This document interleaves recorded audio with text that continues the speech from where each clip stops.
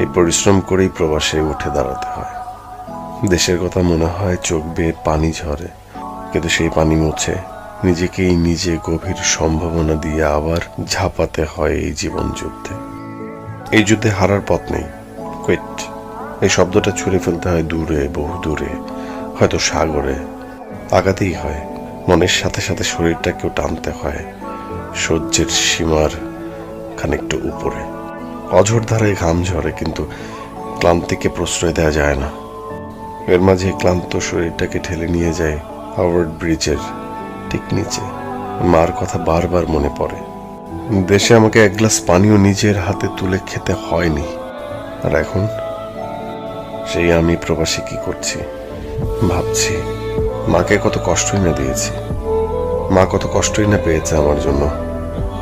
বহুদিন পরে মার সাথে